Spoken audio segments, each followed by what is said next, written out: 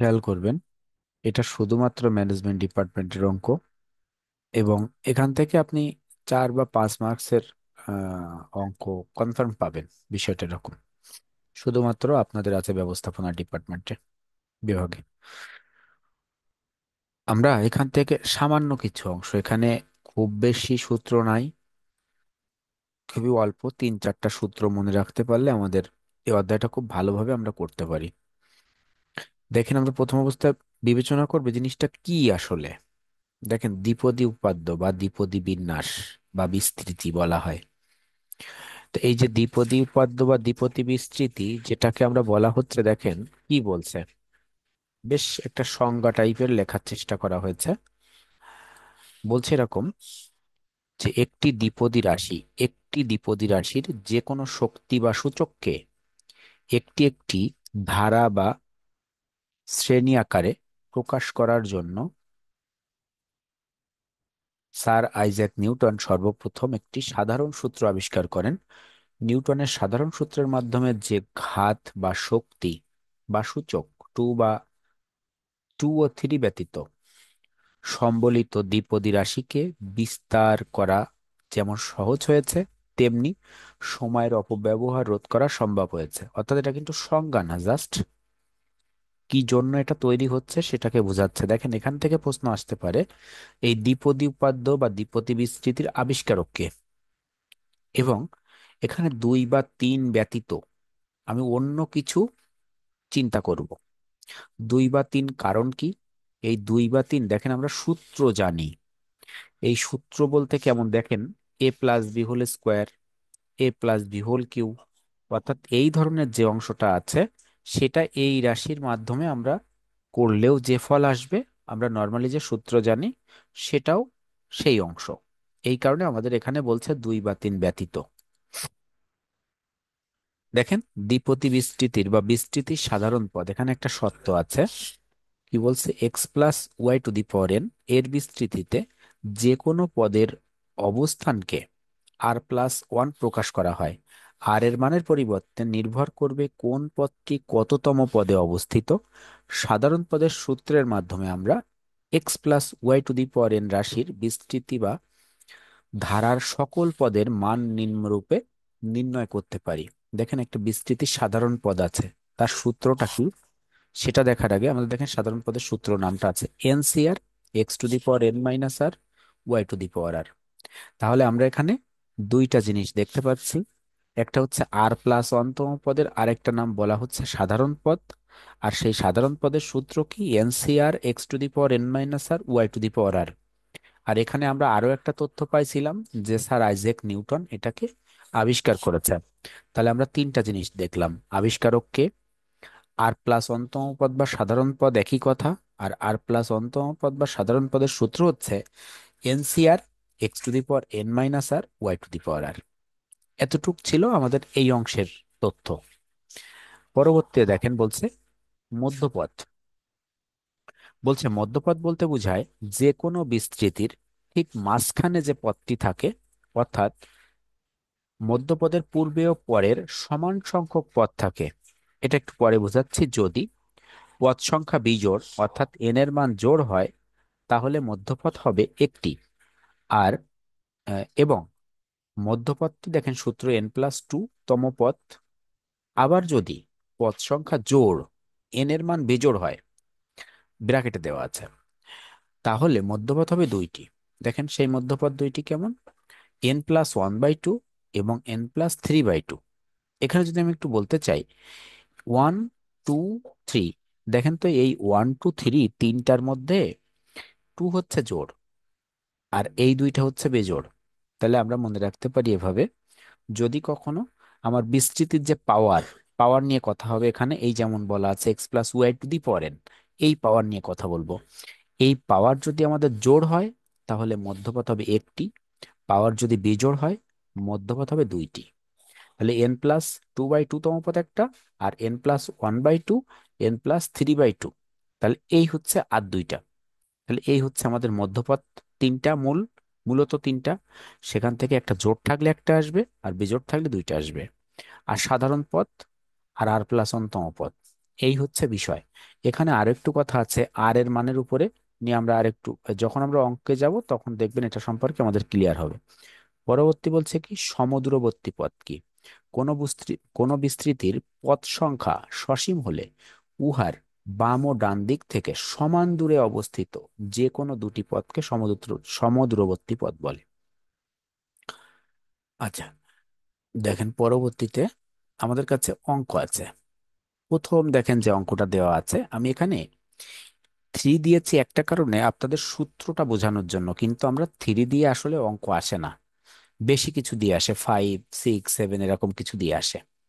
দেখেন পরেরটা আবার 5 দিয়ে লিখলাম।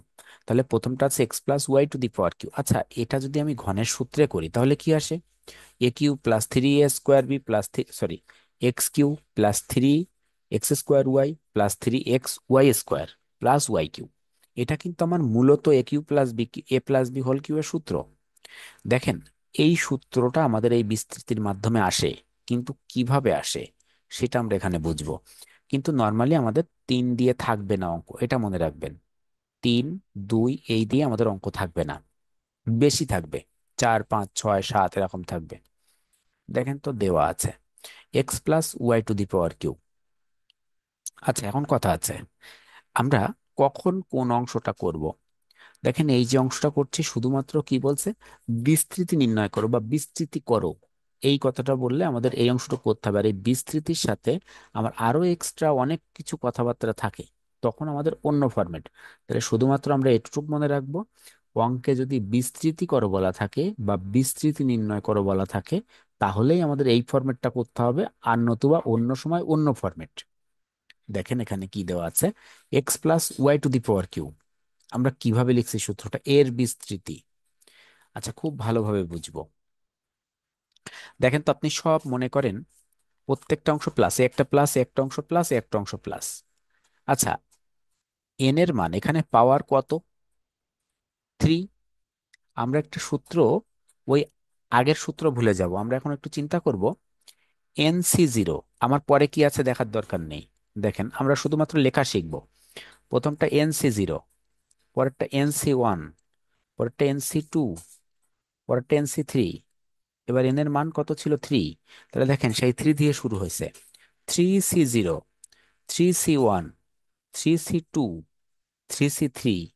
তাহলে আমাদের এখানে সর্বোচ্চ ছিল, এখানে সর্বনিম্ন ছিল। এখানে দেখেন এবার দুইটা সমান হয়ে যাচ্ছে। তাহলে যদি আমাদের এখানে 5 বা 6 থাকতো, তাহলে 5C0, 5C1, 5C2, 5C3, 5C4, 5C5 এভাবে যাইতাম। এরপরে দেখেন এক্স এর ঘাত এইখানে যা আছে, দেখেন এই যে শূন্য না, এক্স এর ঘাত ততটুকু পরিমাণ কমবে, ওয়াই এর ঘাত ততটুকু পরিমাণ বাড়বে। কতটুকু? এই এন সি, এই যে অংশটা আছে আর, এটাকে বলা হয় আর। তাহলে আর এর অংশ যতটুকু আছে, এক্স এর অংশ ততটুকু কমবে, ওয়াই এর অংশ ততটুকু বাড়বে। এইটা মাথায় রাখতে হবে, তাহলে আপনি অঙ্ক করতে পারবেন। তাহলে দেখানে ছিল 0, তাহলে x টু দি পাওয়ার সর্বোচ্চ কত ছিল? 3 -0, ততটুকু কমবে। আর বলছিলাম ওয়াই এর ঘাত ততটুকু থাকবে, তাহলে দেখেন 0। এবার NC1 অর্থাৎ 3C1, তাহলে এখানে 1 আছে। দেখেন তো 1 কি বলছি, এই ততটুকু কমে যাবে। তাহলে x to the power cube থেকে যে অংশটা -1, এবার ওয়াই এর পাওয়ার কত? -1। পরের অংশে দেখেন NC2 অর্থাৎ 3C2, তাহলে এখানে যে 2 আছে, x to the power 3 - 2, y to the power 2 plus 3C3, x to the power 3 - 3, y to the power 3। দেখেন এখানে আমার সর্বোচ্চ হয়েছে ওয়াই এর পাওয়ার, আর প্রথম অংশে আমাদের সর্বোচ্চ ছিল এক্স এর পাওয়ার। তাহলে আমরা কি মনে রাখবো? প্রথম থেকে এক্স এর পাওয়ার যতটুক পরিমাণ কমবে, ওয়াই এর পাওয়ার ততটুক পরিমাণ বাড়বে। বলেন এই যে লাইনটা আমরা বুঝলাম, এই লাইনটা নিয়ে কি কোনো প্রশ্ন আছে? আপনি এই লাইন না বুঝলে অঙ্কের কিছুই বুঝবেন না এক কথায়।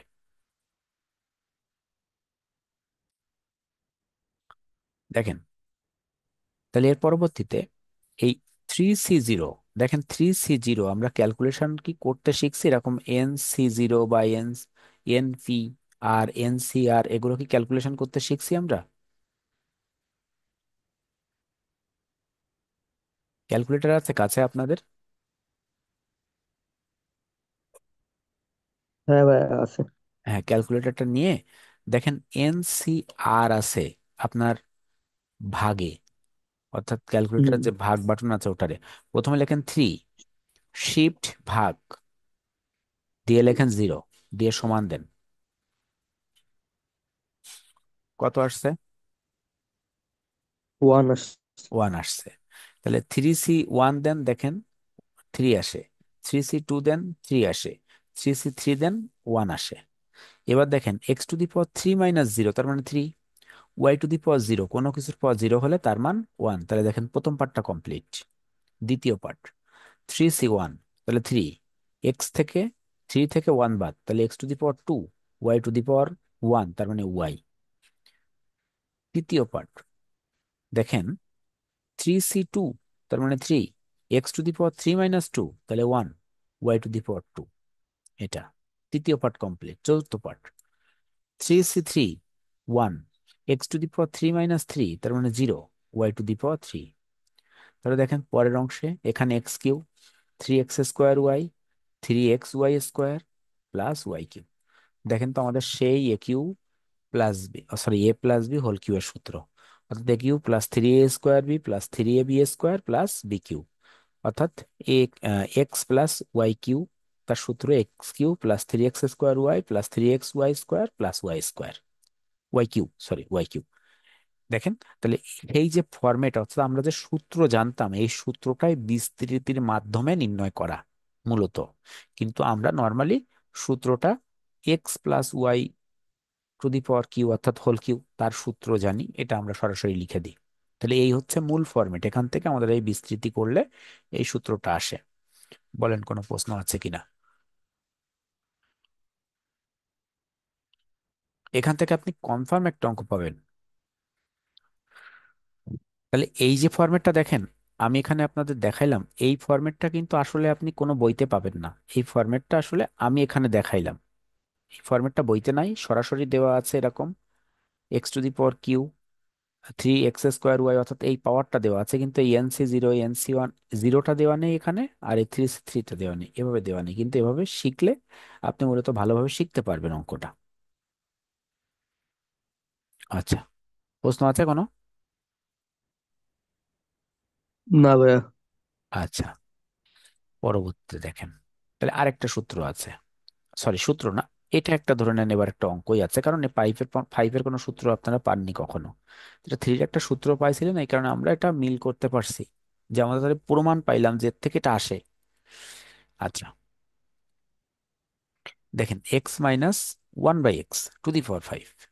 আচ্ছা, এখানে যদি প্লাস থাকতো তাহলে এটাকে আমি এক্স ধরতাম, এটাকে ওয়াই ধরতাম, কিন্তু আমার কাছে মাঝে মাইনাস আছে এই কারণে প্রথমটা এক্স, আর যদি আমি এটাকে ওয়াই ধরি তাহলে মাইনাস সহ ওয়াই ধরতে হবে, অর্থাৎ -1/x। যেমন আমরা ধরেন -2 সহগ আছে -2x, তাহলে এক্স এর সহগ কত হলে আমরা -2, ঠিক সেই হিসাবে এই মাইনাসটাকে আমার দ্বিতীয় অংশের সাথে নিতে হবে। দেখেন এখানে ঠিক যে ফরম্যাট আগের বার শিখাইছিলাম, এখানে কি সর্বোচ্চ কত? 5। তাহলে সর্বোচ্চ 5 যদি হয়, আমরা দেখেন কি করছি, 5C0, 5C1, 5C2, 5C3, 5C4, 5C5। এখন কি বলছিলাম, প্রথম অংশের পাওয়ার যতটুকু কমবে দ্বিতীয় অংশের পাওয়ার ততটুকু বাড়বে। তাহলে এখানে কি আছে, অর্থাৎ ততটুকু হবে, বাড়বে বলতে ততটুকু হবে। তাহলে এখানে কি ছিল 0, দেখেন x⁻5−0। এবার ওয়াই, তাহলে ওয়াই হচ্ছে আমার কি এই অংশটা, অর্থাৎ এটা হচ্ছে আমার এক্স, আর এটাকে যদি আমি ধরি তাহলে এটা হচ্ছে কি টোটালটা ওয়াই। তাহলে পরবর্তী ওয়াই এর পাওয়ার ততটুকু হবে, তাহলে 5C0 x⁻5−0, আর ওয়াই বলতে কি আমরা -1/x, তাহলে -1/x⁻0 প্লাস 5C1, তাহলে এই যখন 1 আছে ওয়াই এর পাওয়ার এতটুকু কমবে, সরি এক্স এর পাওয়ার, আর দ্বিতীয় অংশের পাওয়ার ততটুকু হবে, তাহলে x⁻5−1 ইন্টু ওয়াই এর পাওয়ার, সরি ওয়াই বলতে আমরা এটাকে বিবেচনা করছিলাম -1/x⁻1 প্লাস 5C2, তাহলে এখানে 2 আছে, তাহলে x⁵ into -1/x⁵ plus 5c³ into x⁵ into -1/x⁵। তাহলে এখানে 3 অংশ অর্থাৎ 3 কি আমাদের NCR অর্থাৎ সি 5c³। তাহলে এখানে এক্স এর পাওয়ার এতটুকু কমছে আর ওয়াই এর পাওয়ার এতটুকুই হয়েছে, plus 5c4 x⁵ -1/x⁴ plus 5c5 x⁵ -1/x⁵। ঠিক আছে। আচ্ছা, তাহলে এই যে অংশটা আমরা এখানে করলাম, ঠিক একইভাবে এটা আমরা ক্যালকুলেশন করছি। তাহলে দেখেন 5c0 বলতে 1, x⁵ বলতে 5, আর -1/x⁵ আমরা জানি যে কোনো কিছুর পাওয়ার 0 হলে তার মান 1, প্লাস 5c1। তাহলে এই পার্টটা আমাদের কমপ্লিট ছিল। দ্বিতীয় পার্ট এটা, তাহলে এটা দেখেন আমাদের কি আসছে 5c1, তাহলে 5 x⁵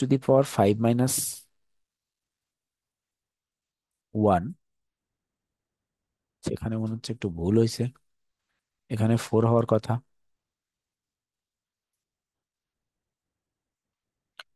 আচ্ছা, তাহলে x⁵ -1 4। আচ্ছা, 1/x তাহলে মাইনাস আছে, তাহলে এই মাইনাসের জন্য দেখেন পাওয়ার 1, তাহলে মাইনাস থেকে যায়, তাই দেখেন এই মাইনাসটা আর এই প্লাস গুণ করে এখানে হয়েছে কি মাইনাস, আর 1/x এখানে রয়েছে। পরবর্তীতে প্লাস, তাহলে এই পার্টটা কমপ্লিট আমাদের। এবার এই পার্ট দেখেন তো, এখানে 5c2 তাহলে কত 10, এই 10। পরবর্তীতে এখানে 5 - 2 তাহলে 3, আর 1/x মাইনাস আছে স্কোয়ার, তার মাইনাস দুইটা, তার প্লাস হয়ে যাচ্ছে, আর 1/x², এই যে 1/x²। পরের অংশে এটা দেখেন 5c3, এই যে 5c3 10, x⁵ তাহলে -2, সরি 2, আর 1/x সামনে মাইনাস আছে, তাহলে মাইনাসও তিনটা আবার এক্সও তিনটা। তাহলে দেখেন এখানে -3টা হলে, তাহলে একটা মাইনাস থেকে যাচ্ছে না কিউ বলতে, অর্থাৎ আমরা জানি কোন ঋণাত্মক মানের পাওয়ার যদি নেগেটিভ হয়, সরি নেগেটিভ না বেজোড় হয়, তাহলে একটা মাইনাস থেকে যায় অর্থাৎ মানটা ঋণাত্মক হয়, আর যদি পাওয়ারটা জোড় হয় তাহলে ধনাত্মক হয়। তাহলে এখানে -10 x², 5 - 3 2, আচ্ছা 1/x⁵, সামনে এই মাইনাসটা এখানে যে মাইনাস হয়ে গেছে। আচ্ছা, প্লাস 5 x⁵, এই জায়গা ক্যালকুলেশন করছি, তাহলে 5c4, তাহলে কি হচ্ছে 5 x⁵, দেখেন 5 - 4 তাহলে 1, আর -1/x⁴, তাহলে এখানে এই ক্যালকুলেশন 1/4, তাহলে এখানে প্লাস হয়ে গেছে, মাইনাস নাই। পরবর্তীতে এটা কমপ্লিট এটা, তাহলে 5c5 1, x⁵ 5 - 5 তাহলে 0, আর 1 -1/x⁵, তার মানে এখানে 5, এখানে বেজোড়, তাহলে একটা মাইনাস থেকে যাবে, তাই সামনে মাইনাস আসছে 1/5। এবার দেখেন, তাহলে এই যে অংশটা আপনার কাছে আছে x⁵, এই যে অংশটা ছিল এখানে একটু ভুল আছে, কারণ এখানে x⁴ আর এখানে একটা, তাহলে এখানে x⁵ থাকে, কারণ এখানে 4টা এক্স এখানে একটা এক্স, কাটাকাটি করলে 3টা এক্স থেকে যায়। প্লাস দেখেন 10, এখানে x³ আর নিচে x², তাহলে এখানে 3টা এখানে 2টা, কাটাকাটি করলে একটা থাকে, মাইনাস এখানে 10 x² আর 1/x³, তাহলে দেখেন এখানে 3টা এখানে 2টা, তাহলে 2টা কেটে যায়, এখানে একটা থাকে, তাহলে 1/x, প্লাস 5, এখানে এক্স একটা এখানে এক্স আটটা, তাহলে 1/x⁵ থাকে, -1 x⁵, 1/x⁵, তাহলে দেখেন এখানে টোটালটা x⁵ বলতে কোনো কিছুর পর 0 হলে তার মানে 1 হয় আমরা জানি, আর 1/x⁵, তাহলে 1/x⁵। তাহলে এটা আমার অ্যান্সার। ঠিক আছে, কারো কোনো প্রশ্ন আছে এখানে?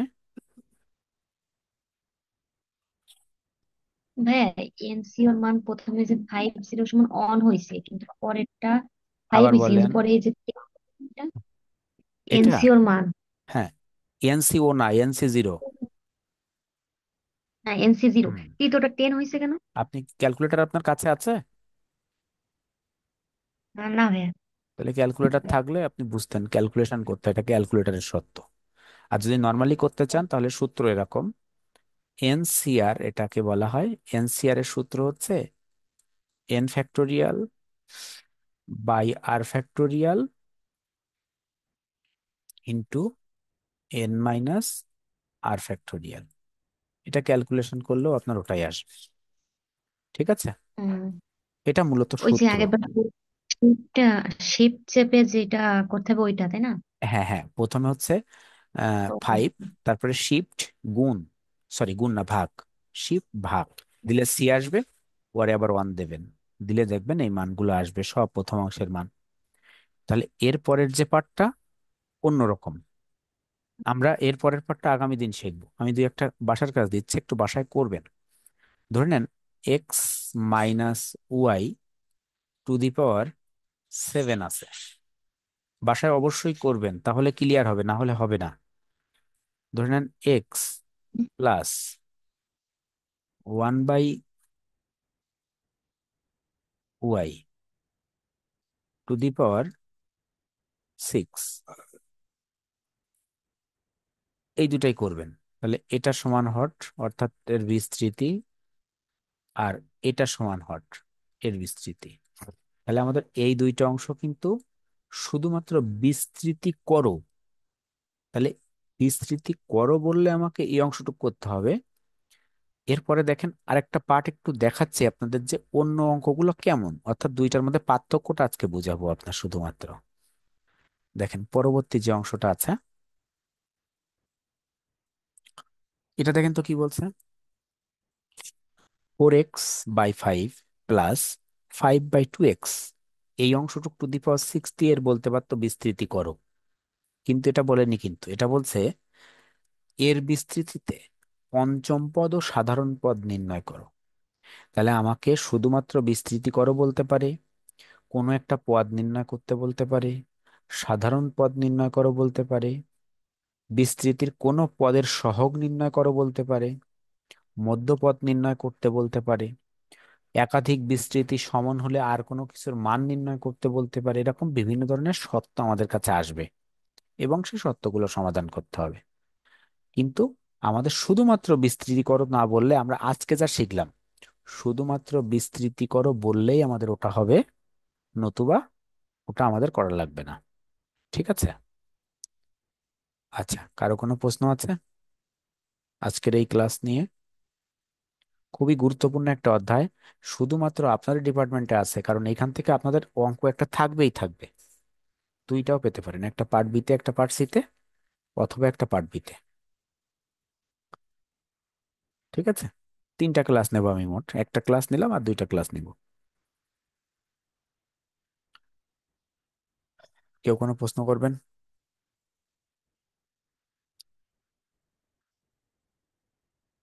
আচ্ছা ঠিক আছে, ভালো থাকবেন আপনারা।